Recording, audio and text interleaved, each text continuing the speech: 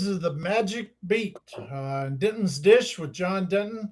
I have my good buddy Dick Scanlon here. If you don't know us, I covered the Magic for 24 years. I was at Florida Today and also covered the team for OrlandoMagic.com for 12 years. Dick Scanlon has the distinction of sitting through 37 years of Orlando Magic basketball. I don't know, some would see that as a positive, some might see that as a negative. Dick has worked for the Lakeland Ledger, NBA.com, and the Associated Press. Dick, how are you doing this week?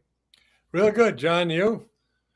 Pretty good. Trying to bear through this, down period in the NBA. But we did find some news this week. Magic shooting guard Desmond Bain, who had, I got to give it to him, he was a more all-around player than I realized last year. He had a really good first season in Orlando. He was on Richard's podcast this week and revealed that he has a couple of teammates working out with him near his home, near Fort Worth, Texas. He's a TCU guy. And he also had Sean Sweeney, new Magic coach Sean Sweeney, visited to watch some basketball and build a relationship. Here's what Desmond Bain had to say about Sweeney. He said, he was here with me at my house in Texas. I got a couple teammates here just hanging out. Little things like Sweeney coming all the way out here shows commitment. It shows his care factor, how much he's willing to put into this thing. It's not only about coaching, but it's building relationships and helping us get to where he was just at. He was in the finals, so he has that experience and credibility when he's speaking to us. So I'm super excited, and he's going to help us in a major way. Dick, what does that say that Sean Sweeney was willing to disrupt his offseason, his summer, and go spend some time and watch a few of his future players with the Magic? Well, from what we've heard about Sean Sweeney, I don't think he has much of a summer. I think he's probably going to be a 24/7 guy, so it doesn't surprise me. But, this guy is obviously going to be a complete fanatic head coach, which I think, if you have 42 years old, you haven't been a head coach in the NBA and you get a job, you're going to have to be that way. That's part of the deal. But, yeah, it's very impressive. Yeah, and Dick, we've also talked about it. Just about every team in the East made a wholesale changes this year. They added to their roster.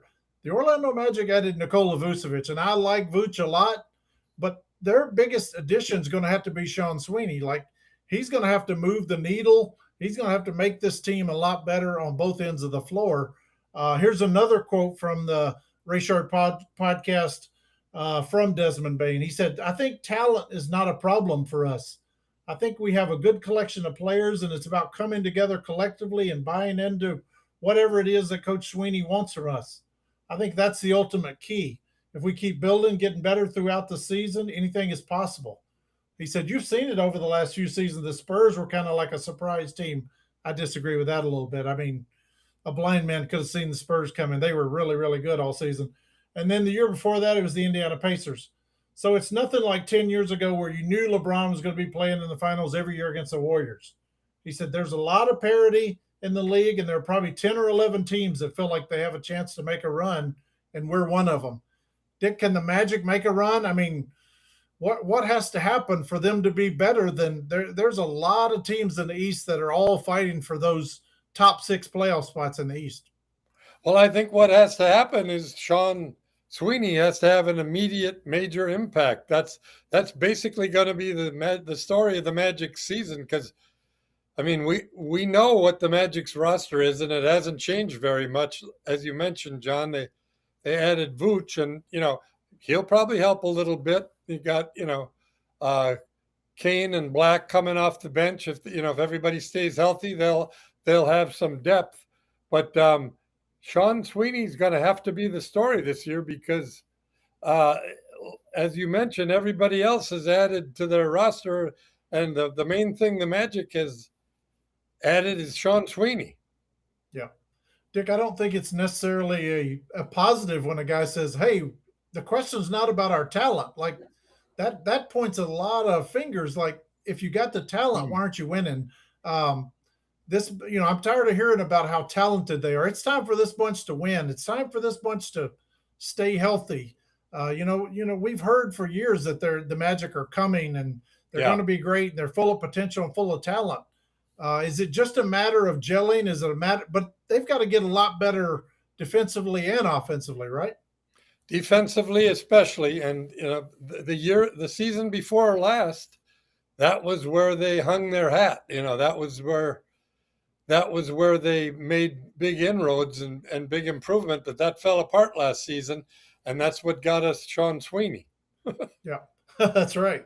Dick, I read a stat the other day. I think the Magic were like top five in the league in double digit come from behind wins, and they were first in the league in wins where they trailed by at least 15 points. Is that a positive or a negative? I mean, did that speak a lot about Jamal Mosley last season? How that team would ride the waves of being really good for a stretch and then really bad for a stretch. Yeah, well, of course, some of that had to do with injuries too. But last season, the second half of last season, the Magic must have had 7 or 8 games in which they were just like they had these long stretches where they were just blown off the court, and they'd get like 18-0 runs or 20-1 runs. And it was like baffling because nothing like that had happened the year before. And Mm-hmm. I think that is basically what got cost Mosley his job. That these inexplicable letdowns where they just were just horrible for the whole second half and blew a game. Sometimes against bad teams. I remember Indiana came in and just came from 20 points behind in the second half at home and beat them. You just Mm-hmm. can't explain that. Yeah, and Indiana wasn't even trying to win last season, and I Right. think they were on like a 12 or 13 game losing streak when that Yeah, they had a happened. big losing streak, right? That was one of their most unforgivable losses. But you talk about bad runs. Nobody had a worse run all season than that fourth quarter, third quarter stretch that the Oh, Magic had in Game 6 against the Pistons. I mean, we almost could have seen it coming, I guess, with what happened, like what you mentioned during the season. yeah. But 23 shots in a row? They Yeah, missed 23 shots in a row. I mean, yeah, it's hard to survive that. And of course, then they went up to Detroit and lost game 7. Probably Coach Mosley's only chance was to go up there and win game 7 in Detroit. yeah. And I don't think anybody expected that to happen, and it didn't. Again, and I mentioned this last week, Dick, on our show. I'm going to mention it again. Paulo Banquero, if you're a true superstar, you do not let your team go 0 for 23. Get to the rim, get to the free throw line, get fouled or score. You're a big, he's a big body. Get in the block, get the ball, get to the rim. I think that's a element of his game that he has to add to it, where it's kind of a take the bull by the horns, get to the rim, and go score. What are your opinions on that, Dick? Well, I mean, he's the guy that they're going to look to. He's, on paper, he's their leader, and I think in reality, he's their leader. And he's the guy that's going to have to mesh with Coach Sweeney, Mm-hmm. for this thing to work. And I'm pretty optimistic about that. I don't think that's going to be a problem for either one of them. Yep. Fans, you're watching the Magic Beat, Denton's Dish with John Denton, presented by Sideline Sports and Entertainment Network. Dick, the next topic we're going to get to is Sean Sweeney brought in John Beeline as a senior coaching consultant. I know you would like to get a job like that where you parachute in for a couple of days, but John Beeline, a lot more success at the University of Michigan, a lot more success at University of West Virginia University. He had 1 year in the NBA, went 15 or 14 and 40, I think it was, and decided that coaching NBA guys was not quite as easy as coaching 18-year-old kids in college. It only lasted 1 year. What do you think the role for Beeline is going to be? I mean, is he going to be that sounding board for a first-time head coach in Sean Sweeney? Well, here's an interesting quote from Sean Sweeney about Bayline that I thought says probably more about Sean Sweeney than it does about Bayline. He said, and this was in the Orlando Sentinel. I'm not sure where they got it from, but I want guys that have skill sets that are not the same as mine. I want people that carry a message in their own voice and can help me be a better coach. I mean, that's a pretty impressive thing for a young for a first time coach to come up with, to admit that he wants more voices. It's going to be interesting to see, whether that attitude is maintained when things go bad. But that's, obviously he must have a pretty good rapport with Bayline, to begin with. But that's an interesting philosophy. Yeah, yeah, no doubt. I mean, anytime you have a young head coach, I like seeing a veteran guy sitting next to him. You remember old Dale Harris? I like Dale Harris back in the day. Yeah, Seemed like he was the right hand man to so many head coaches. I mean, when yeah, when Stan Van Gundy was in Orlando, he had Brendan Malone, a guy who had seen it all, done it all. It's kind of hmm, like with a pilot. You want to see your pilot have a little gray on top. That tends to help. I thought the Magic did Jacques Vaughn a disservice. When Jacques Vaughn became the Magic head coach in 2012, they didn't put that veteran guy to sit next yeah. to him. When you're a first time head coach, there's a Wow. lot flying at you at a high rate of speed. You need that veteran guy sitting next to you, don't you? Absolutely. And the way Sean put it was, he wants a guy that's going to disagree with him sometimes. The Yes. last thing you want in that situation is a yes man. Your job is on the line when a veteran coach sees something that he disagrees with or sees something that should be done differently. You want him to say it so that you can at least think about it and change it if Yeah. necessary. Yeah. I think this could be a good move, and I think it says a lot about Sweeney that he doesn't think he's the smartest guy in the room. He doesn't think that he already has it all Yeah. figured out, and it says that he's comfortable getting ideas from older coaches who've done it. So I like this. I like him going to Texas and hanging out with Desmond Bain. I like Right. him admitting that he needs some veteran leadership as a consultant, on his coaching staff, that sort of thing. I think it says a lot about the direction he's headed right now. Totally. It's Yep. it's not always best to be the smartest guy in the room. I think you're better off having the best players in the room. Yes, yes, yeah. It's funny how I think it was John Calipari or somebody who said, "The better recruiter I am, the better coach I am." Like it's Yeah. funny how that works in college. Those guys Yeah. will point out no jockey has ever won the Kentucky Derby riding a mule. When you can ride a thoroughbred, you got a lot better Yeah. chance. And it's the same way with basketball players. If you got the better players, that makes you a lot smarter coach a lot of times. Gives you a better chance. Yeah. Yep. Dick, let's move on to our next topic. Glenn Doc Rivers inducted into the Naismith Basketball Hall of Fame this week. We're lucky because we got the first 3.5 years of Doc Rivers' coaching career in Orlando. For you younger fans who don't know, Doc Rivers played in the NBA for the Hawks, for the Knicks. He always talked about how Pat Riley was always goading him. Hey Rivers, when you going to get in the game? When you're going to stop being the silly announcer and be a coach? Get in the Uh, game. So he started his coaching career, 38 years old, no experience along the sidelines, and he took maybe the most famous team in Magic history.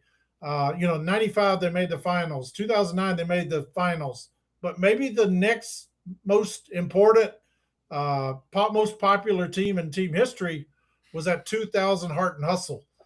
Doc had that team foaming at the mouth every game. He told them he read the Sports Illustrated rankings how they were going to be the 30th best team in the league. He took that team to 41-41. Dick, he has a very complicated legacy, even in Orlando. He helped bring Grant Hill to Orlando. He helped bring Tracy McGrady to Orlando. He thought he had Tim Duncan until David Robinson stepped in and kept him in San Antonio. But then, he got the Magic to 3 straight playoffs, but then he got fired in '04 after that 1-10 start. He took the captain's role away from Darrell Armstrong and gave it to McGrady, which turned, hindsight, it was a terrible decision. What's his legacy in Orlando, Dick? How would you sum up Doc Rivers' legacy in Orlando? well, the Heart and Hustle team is what the 1999 to 2000 team became known as, and I think that was probably the most popular team, even more popular than the teams that went to the finals. Because Magic, the Orlando was a very neophyte NBA city when the Shaq Penny group went to the finals. But that whole team fell apart. Shaq left, and then that summer they traded Penny and Nick Anderson, and that team Mhm. was gone. And John Gabriel rebuilt a roster full of nobodies. Daryl Armstrong was already there, Mhm. but the nobodies included Ben Wallace, Mhm. Monty Williams, Mo Outlaw, Pat Garrity, Chris Gatling, Matt Harpering and Michael Doliak came in. Yeah. They weren't, they became kind of somebody's, especially Ben Wallace. But Doc Rivers should get a lot of credit for molding that team to going into the season. Sports Illustrated in those days, back in the days when people actually paid attention to Sports Illustrated, they had they had the Eastern Conference listed, and the Magic were 15th, which doesn't Mhm. sound too bad, except there's only 15 teams in the Eastern Conference. Yeah, they were written off as the worst team certainly in the Eastern Conference and probably in the NBA because their roster was full of nobodies. Doc Rivers, who had no coaching experience, zero Mhm. at any level, comes in at age 38, and they went 41-41 and missed the playoffs by a game. Dick, I still remember game 81 we covered. It was the Milwaukee Bucks with Sam Cassell, Ray Allen, Glenn Robinson, Tim Thomas.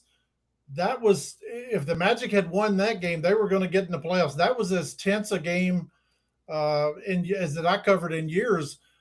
Tim Thomas hit a big three late in that game to give Milwaukee the win, but Milwaukee was a higher seeded team. They were, competing for a championship. They thought that game. I mean, Doc got that team to play so hard every Yeah. night. Ben Wallace just, he laid the foundation for becoming the Defensive Player of the Year. Darrell Armstrong got, most improved and sixth man of the year before. Like you said, it was a genius coaching move by Doc.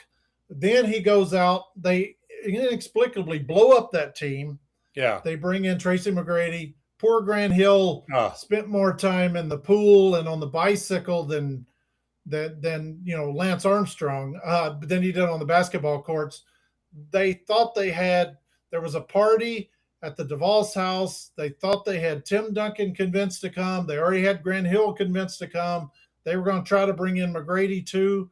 There would have been banners hanging. There would have been a new Amway Center well before 2010 because they would have won championships if they could have put those three on the floor. Duncan ends up going back to San Antonio. David Robinson convinces him to stay. Grant Hill can't get healthy. Doc got him to the first round of the playoffs in 2000, 2001, or 2001, 2002, 2003. 2003, Dick. The Magic are the eighth seeded team. The Pistons are the number one seeded team. Tracy has an incredible first few games. They're up 3-1 in that series. And Dick, why don't you give the young fans a sneak peek of what happened after that? well, T Mac was interviewed in the between games, and he made some comment like about how he was looking forward to playing in the second round. Whoops. The Magic were up 3-1, and of course that was interpreted by the media, especially the Detroit media, as this series is over. We're going to the second round, and so things fell apart. That reminds me also a guy who was sitting on the sitting on the sidelines during that Heart and Hustle year was a guy named Chauncey Billups, who was Yeah. hurt all year. They brought him in the middle of the season, but he never got healthy. And then he and Ben Wallace ended up with the Pistons, who came back and beat the Magic. But yeah, that was one of the more sadder times. And of course, the Magic have not won in the second round since. Well, okay, yeah, since what was their last 2012 was the last time they won in the second round. Yeah. Yeah, the Magic won in 2000. Before that, I think it was 2010's the last time they won a playoff series. Yeah. The year they made it to the Eastern Conference Finals. Dick, one more name that became a star in Orlando and then left to go to the Pistons. Chucky Adkins Yeah. had been playing overseas. He's an Orlando Evans grad. He comes to Orlando, makes his career, has a Six Man of the Year award. I think Chucky might have had about 5 assists that whole season as a point guard because when Chucky got it, it was going up. But he had a Yeah. great year and he parlayed that into another deal with the Pistons. And I remember sitting on the couch in the hotel. Jerry Brewer and I were covering the Magic at the time, and we went to meet with Doc because they didn't practice for Game 7. And Doc was shaking his head and he said, "We're in trouble tomorrow night." The Pistons had Anita Baker sing the national anthem. That crowd was going crazy. Magic got their doors blown off. It's a lot like what happened this year. Yeah. This season the Magic were up 3-1. The series is in their hands. They don't win Game 5. They don't win Game 6 at home and get their doors blown off in Detroit in Game 7. So as that series was going on this spring, I had a lot of flashbacks to that series in 2003. Of course, the next year Doc goes 1-10, loses his Yeah. job. Dick, let's look at the rest of his career. Doc went on to coach in the Celtics for 9 years. He coached the Clippers for 7 years, 3 with the Sixers and 3 with Milwaukee. Here's the good part. Doc Rivers won the world championship in 2008, and then, but here's the bad part. He is the only coach in NBA history to blow multiple 3-1 leads in the playoffs. He didn't blow just the one with the Magic. He blew one in 3 different decades. One with the Magic, one with the Clippers in 2015 against the Rockets, and then one with the Clippers in 2020 against the Nuggets. So what does that do to his legacy? I mean, Doc gets the last laugh because he's in the Hall of Fame. Yeah. He's got a ring. But Dick, isn't it funny how these coaches, most of them say I don't want to hang on, but they bounce from job to job and they just keep going. That's Sure. kind of the case with Doc. Yeah, I mean, the circumstances that he was in most of the time were not good. I think uh, other than his first season in Orlando, which was, coach of the year, hands down, just a fantastic job. His best season was probably when he totally outcoached the great Phil Jackson in the 2008 NBA Finals. Of course, he had, Paul Pierce, Kevin Garnett, and Ray Allen. That didn't hurt him a bit, but I mean, I guess he got it done. So, but he was the coach of the Boston Celtics for 9 years. Most of which were very successful. But I was reading some comments the other day on his Hall of Fame speech. There's a lot of Boston fans that were mad about Doc because Doc didn't want to stick around for the rebuild. But he had gotten his brains kicked in for years before he got Garnett and Allen to add with Pierce. Yeah. And I think he knew that run was over. So, he got traded, if you can believe that. A coach got traded to the Clippers. He was traded for a draft pick, which is unfathomable to hear about. Yeah. Yeah. Dick, let's move on to the next one more topic. The Athletic ranked the 10 teams with the best off seasons.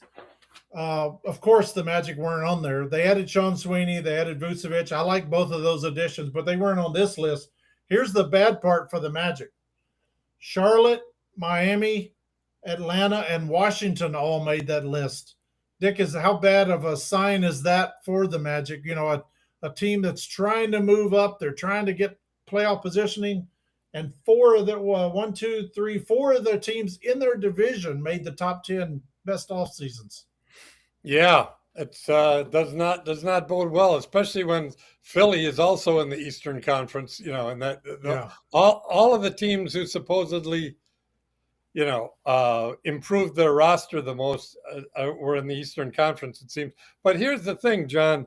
I mean, we're talking about the 1999 Heart Hustle team. They do have to play the games. A lot of the things games do so matter. In July and August look a lot different than they look, when they start rolling the ball out and playing the game. So, I mean, that's the whole fun part about it. But yeah, on paper, and we knew the Magic roster wasn't going to change much.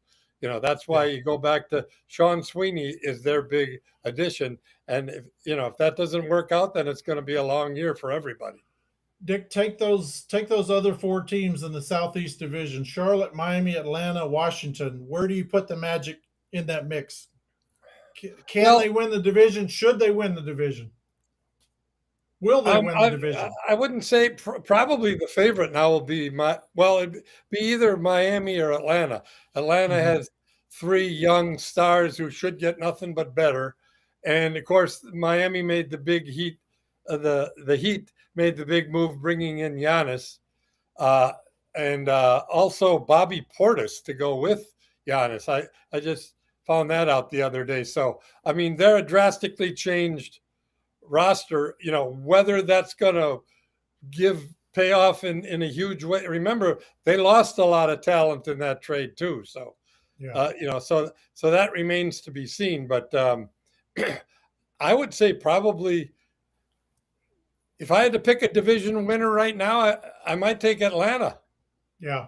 Atlanta's going to defend better than anybody in that division. Yeah, They're going to get after you every night with the players they have, especially on the wings. They really can defend. So I would put Miami. I would put Atlanta there too.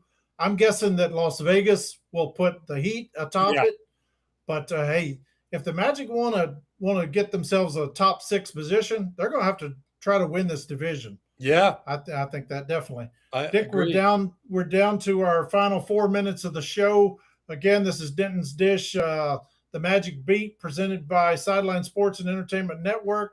Let's do some fast break questions, Dick. I think you have a couple, and I have a couple Yeah, of let me those. run these by you, and anybody who's watching can pause a little minute before you offer your answer. Okay, how many times did Shaq win the NBA rebounding title? Yeah, unfortunately, I think I know this one because I've pointed it out to people before. I'm of the opinion that Shaquille O'Neal is one of the greatest athletes in any sport I've ever covered. If you put him in the NFL, he would have been the baddest dude in the NFL. 7'1", Yeah. probably 400 pounds, size 22 triple E shoe. Dick, I know it's zero, but I think a lot of fans would find that shocking. The same number of Defensive Player of the Year trophies he won, right? Yeah, it really is amazing. Of course, Dennis Rodman was winning most of the rebounding titles in those years, but Yeah.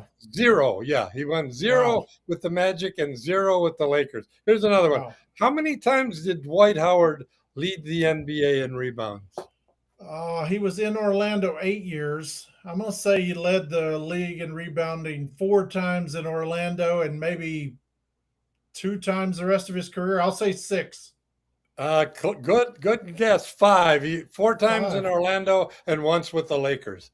Yeah. Dwight Howard Yeah. led the NBA, and I don't know how many times did he win NBA Coach of the Year. I mean, I'm sorry, Defensive Player of the Year. Several He times, right? won 3 in a row. 3 in a row. Yeah.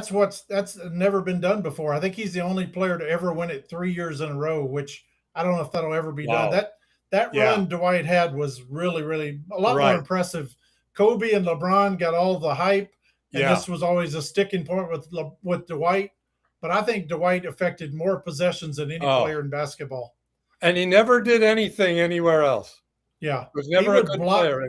He Yeah. would block 4 shots a game. He would change 4 shots a game. And then there Yeah. would be 4 times a game where a guy would think about going in the lane and just pull up and take a 17-footer because Dwight was there.